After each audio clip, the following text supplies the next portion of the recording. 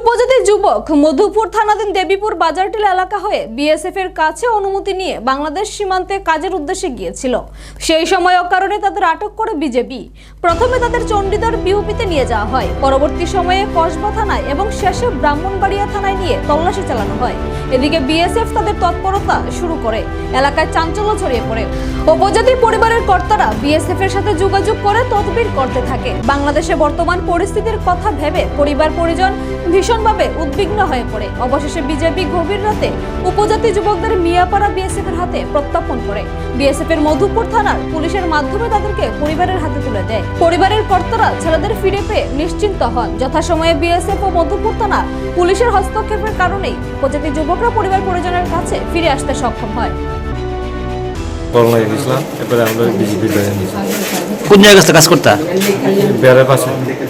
কোন জায়গায়? এলাকাটার নাম কি? রাজরটিলা, দেবীপুর। তারপর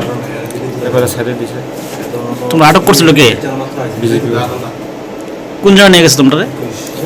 কলকাতা থেকে বামবাইরা। কবে ঘটনা? 6 তারিখ থেকে। তো পরে কি হয়েছে?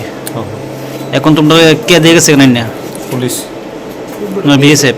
পুলিশ ওখানে এনো মানে আছে।